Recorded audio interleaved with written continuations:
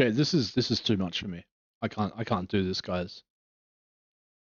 So first of all, let's break this down. Let's break this down.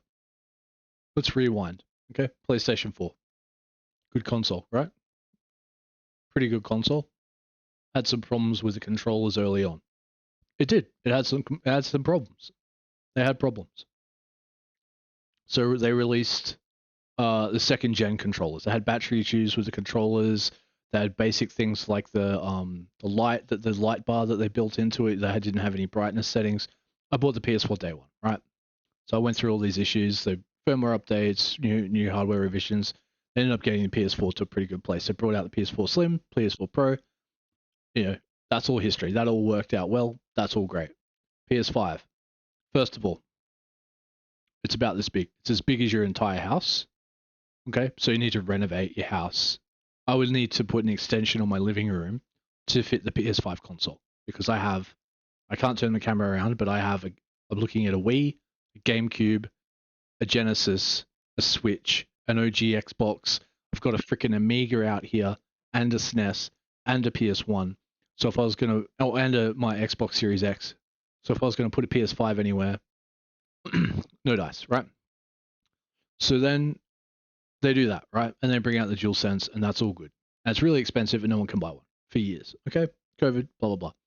Then they go, oh, by the way, because like I think this is why they won the last generation by so far in sales.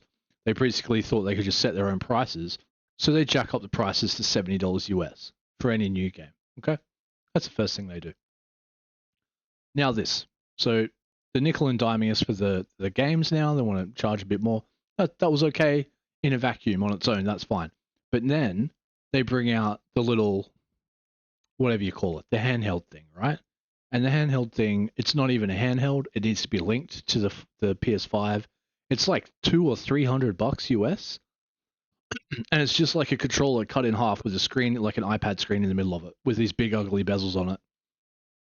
And on top of that, sorry, I can't stress enough. It can only work if you have a PS5. It doesn't work on its own at all. It's simply a companion device through and through. You can't do anything else with it. On top of that, the only way you can use audio with that device is to buy proprietary Sony earbuds that only work with that device. No Bluetooth, it's all proprietary because that's how Sony rolls, right? So then you think that's bad. Now the Slim, they've just taken the disk drive out of it because if you've seen the teardown of the PS5, it's mostly end-to-end a copper heatsink for heat spreading, right? So they've kept that in. They've ripped the disk drive out, selling that externally for extra money. And now the stand, they're selling the stand externally for another $30. So you got $30 for that, however much the drive is, plus the Slim. The Slim's meant to be the cheaper, smaller model, that I've been interested in. So they miniaturize the tech gets cheaper, then I might jump on board for the generation, right? I have every other PlayStation, right? One of my first ever consoles was a PS1, right? So I kind of want a PS5, right? But they're just really just their pricing model and the way that they're going about it is really crap. It's really poor, to be honest, especially when you look over the fence at what Xbox is doing when they're integrating the cloud with PC gaming and deviceless things. So all you need is the Xbox Game Pass service on any device. They're pushing it out to smart TVs. They're pushing it out to. They've already got it on phones and tablets, so you can play your Xbox games on an iPad. You don't even need an Xbox basically anymore. They're sort of making it a device agnostic sort of system, and Sony's going completely the opposite way. And it's very anti-consumer, and it's just closing the walled garden even further, in my opinion. And I don't agree with it at all. So it might even, for me, I might just skip this generation of PlayStation and just grab it secondhand. I don't know, might just pick up a secondhand one when people start selling them on Facebook Marketplace or whatever. Because this is stupid. Like, this is just like, we're not that dumb to see what you guys are doing, to just pull apart your SKU and sell it in 3 pieces and make your money up that way.